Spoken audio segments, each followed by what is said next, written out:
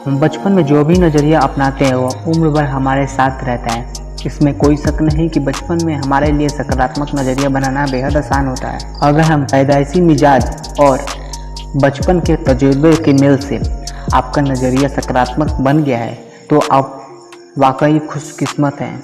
लेकिन जानबूझकर या हालात की वजह से हमारा नज़रिया नकारात्मक बन गया हो तो क्या हम उससे चिपके रहेंगे? कतई नहीं।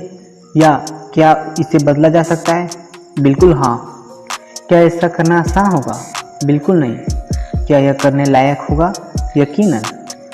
एक बार नॉर्मन विसेंट पेले ने कहा था, हमारे सामने मौजूद किसी भी तथ्य से ज़्यादा महत्वपूर्ण उस तथ्य के बारे में हमारा नज़रिया होता है, क्योंकि हमारी सफलता या असफलता उसी से तय होती है।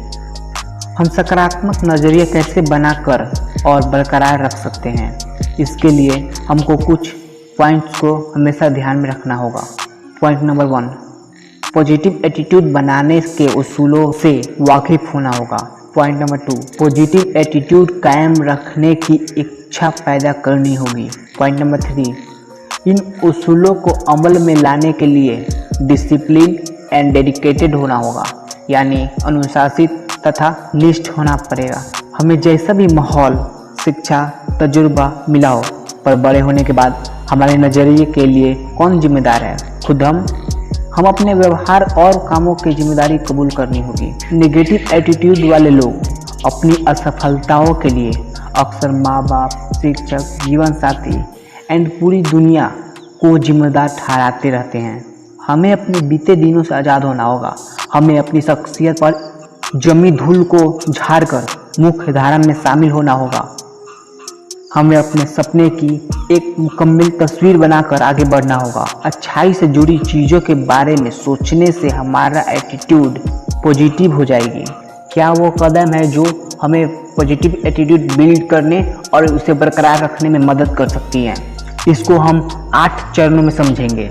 यह 8 ऐसी जिस पे आप अगर अमल करें तो आप एक अच्छा और सक्सेसफुल लोगों की तरह अपना एटीट्यूड को बिल्ड कर सकते हैं। तो आज मैं पहले पॉइंट पर बात करने वाला हूँ और जो 7 पॉइंट है वो आगे आने वाले वीडियोज़ में आपको बताए जाएंगे। तो पहला कदम जो होगा आपकी अपने पॉजिटिव एटीट्यूड को बिल्ड करने के लिए वो होगी अपनी सोच बदले और अच्छाई खोजें। हमें अच्छी चीज़ों का खोज करना होगा। हमें अच्छी चीज़ों का खोजी बनना होगा।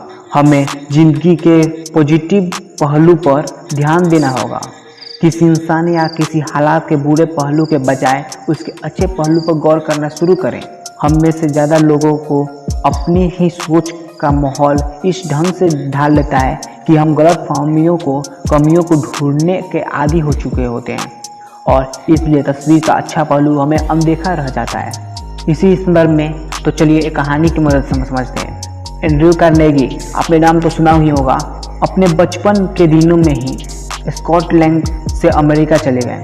उन्होंने छोटे मोटे कामों की शुरुआत की और आखिरकार अमेरिका में स्टील बनाने वाली सबसे बड़ी कंपनी के मालिक बन गए। एक ऐसा वक्त आया जब उनके लिए 43 करोड़ प्रति काम करते थे। करोड़ों रुपए इस जमाने के लिए बहुत होते थे, लेकिन सन 1920 के आसपास तो उनकी बहुत ज़्यादा कीमत थी। किसी ने कार्नेगी से पूछा, आप लोगों से कैसे पेश आते हैं? उन्होंने जवाब दिया, लोगों से पेश आना काफ़ी हद तक सोने की खुदाई करने जैसा ही है। हमको 1 तोला सोना खोद निकालने के लिए कई टन मिट्टी हटानी पड़ती है, लेकिन खुदाई करते वक्त हमारा ध्यान मिट्टी पर नहीं बल्कि सोने पर रहता है। एंड्रयू कार्नेगी के जवाब में एक बहुत महत्वपूर्ण संदेश छिपा हुआ है। हो सकता है कि किसी इंसान या किसी हालात में कोई अच्छी बात साफ तौर पर न दिखाई दे रही हो। ऐसी हालात में हमें उसे गहराइयों में जाकर तलाशना होगा। हमारा मकसद क्या है? यह सोना तलाशना हो सकता है। यहाँ पर सोना का अर्थ सच्चाई और अच्छाई दर्शाया जा रहा है। अगर हम किसी इंसान या किसी चीज़ की कमियां ढूंढते हैं तो हमको ढेरों कमियां दिखाई देती हैं, लेकिन हमें किसी चीज़ की तलाश है, सोने की या मिट्टी की। कमियां ढूंढने वाले लोग स्वर्ग में भी कमियां निकाल देंगे। अधिकतर लोगों को वही मिलता है जिसकी उन्हें तलाश होती है। एक बार रॉबर्ट फुल्टन ने स्टीम बोट की आविष्कार की हडसन नदी के किनारे। उन्होंने उसका प्रदर्शन किया। उसे देखने के लिए जमा हुई भीड़ में से कुछ निराशवादी और शक्की मिजाज के लोग भी शामिल थे। उन लोगों ने मजाकिया लफ्ज में बोला कि वह बोट कभी चालू नहीं होगी। जब बोट चालू होकर नदी में आगे बढ़ने लगी तो जिन लोगों ने कहा था कि वह कभी चालू नहीं होगी, वही लोग फौरन चिल्लाने लगे कि बोट अब कभी नहीं रुकेगी। यह भी क्या नज़रिया है। अच्छे पहलू पर ध्यान देने का यह मतलब नहीं होता कि कमियों को नज़रअंदाज कर दिया जाए। अपने सभी दोस्तों को एहसास कराएं कि हम उसकी खूबी और मजबूतियों की कदर करते हैं। हम चीज़ों के केवल उजले पहलू को देखें, केवल अच्छी से अच्छी बातें सोचें, केवल अच्छे से अच्छे नतीजों के लिए काम करें और केवल अच्छे से अच्छे नतीजों की उम्मीद करें। बीते दिनों की गलतियां को भूल जाएं और आने वाले दिनों में ज़्यादा बड़ी कामयाबियां हासिल करने के लिए आगे बढ़ें। हर आदमी का मुस्कुराकर स्वागत करें। अपने को बेहतर बनाने में इतना वक्त लगाएं कि दूसरों की आलोचना करने के लिए आपके पास वक्त ही न बचे। इतने बड़े बने कि चिंता छू न सके और इतने अच्छे बने कि गुस्सा आए ही ना। और ये मैं अच्छी तरह जानता हूँ कि वो इस वीडियो के सुनने के बाद आप पर तुरंत इफेक्ट नहीं होगा, इसलिए आपको धीरे धीरे प्रैक्टिस के तौर पर करना होगा। हम जिस दिन भी जिम जाते हैं, हमारा मसल्स पहले दिन ही फिट होकर नहीं आता।